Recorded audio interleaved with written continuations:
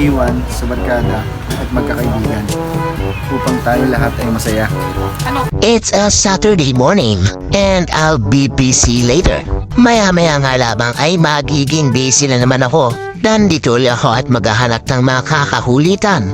Sino kaya ang susunod kong target? Bigla nang bumalik si ate, sarado pa daw ang tindahan. Bad trip tuloy si kuya. Si kumpare mong Adonis, bisi-bisihan. Ngiting-ngiti si tropa, sabay hay sa camera.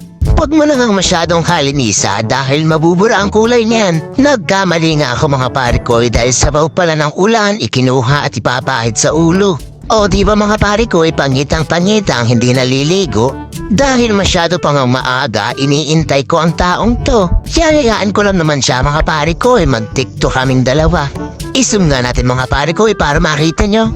Eto nga pala mga pare ko, yung tinatawag na break time.